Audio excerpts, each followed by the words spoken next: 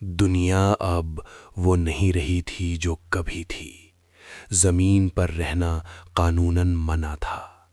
شہر اب آسمان میں لٹکتے ہوئے سٹیل پلیٹ فارمز پر بسے ہوئے تھے، جہاں آرٹیفیشل دھوپ اور نقلی ہوا انسانی زندگی کو چلائے ہوئے تھی۔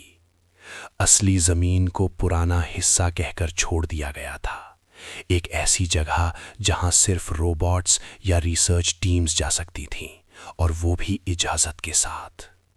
ایان ان چند لوگوں میں سے تھا جو فیوچر سے زیادہ پاسٹ میں جیتا تھا۔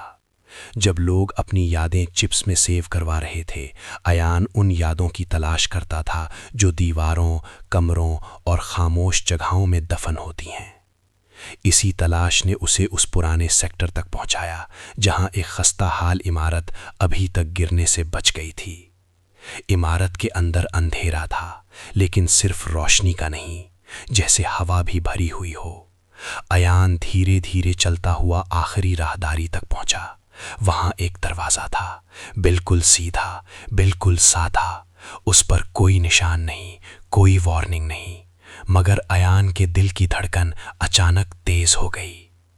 دروازہ کھولتے ہی ٹھنڈی ہوا کا جھونکا آیا۔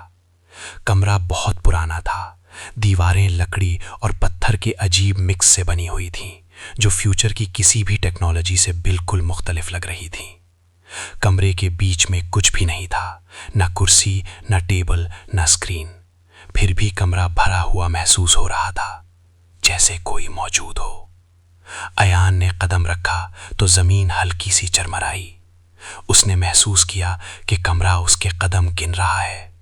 اس نے ریکارڈر آن کیا، لیکن آواز ریکارڈ ہونے سے پہلے ہی کمرے کا دروازہ خود بخود بند ہو گیا۔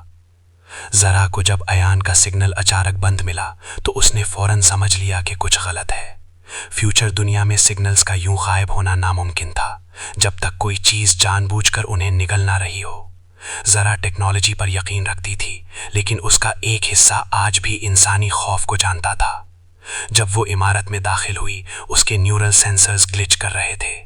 جیسے جیسے وہ آخری کمرے کے قریب آئی، اسے محسوس ہوا کہ اس کے خیالات سلو ہو رہے ہیں۔ دروازہ بند تھا، مگر اندر سے ہلکی ہلکی آواز آ رہی تھی، جیسے کوئی سانس لے رہا ہو۔ دروازہ کھلتے ہی ذرا رک گئی۔ کمرہ پہلے جیسا نہیں تھا۔ دیواریں دھیمی دھیمی ہل رہی تھیں۔ چھت سے کوئی پانی نہیں ٹپک رہا تھا، پھر بھی بوندوں کی آواز آ رہی تھی۔ ایان کمرے کے بیچ کھڑا تھا، بالکل سیدھا، بالکل خاموش۔ ایان، ذرا نے کہا۔ ایان نے دھیرے سے اپنا سر اٹھایا۔ اس کی آنکھوں میں روشنی تھی، مگر وہ روشنی زندہ نہیں لگ رہی تھی۔ یہ کمرہ ہم سے بات کرتا ہے، ایان نے کہا۔ یہ ہمیں سنتا ہے۔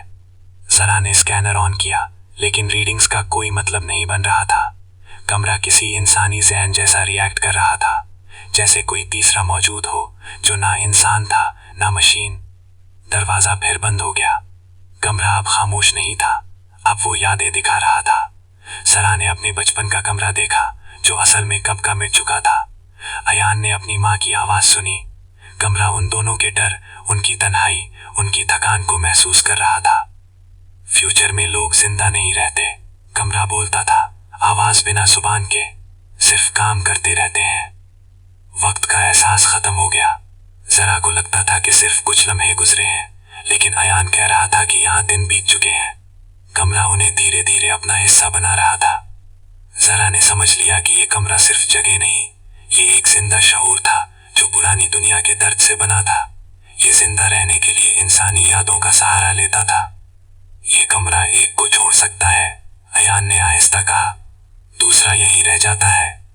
دیواریں قریب آنے لگی۔ کمرہ بھوکا تھا۔ ذرا نے انکار کیا، لیکن ایان پہلے ہی فیصلہ کر چکا تھا۔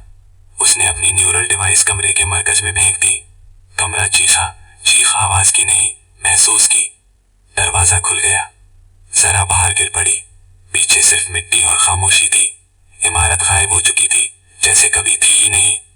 مگر اس رات فیوچر کے شہر میں ذرا اپنے کمرے میں بیٹھی محسوس کر رہی تھی کہ دیوار ٹھنڈی ہو رہی ہے۔ دھیمی سی سانس کی آواز آئی، اور پھر ایک احساس کہ کمرہ صرف زمین پر نہیں رہتا۔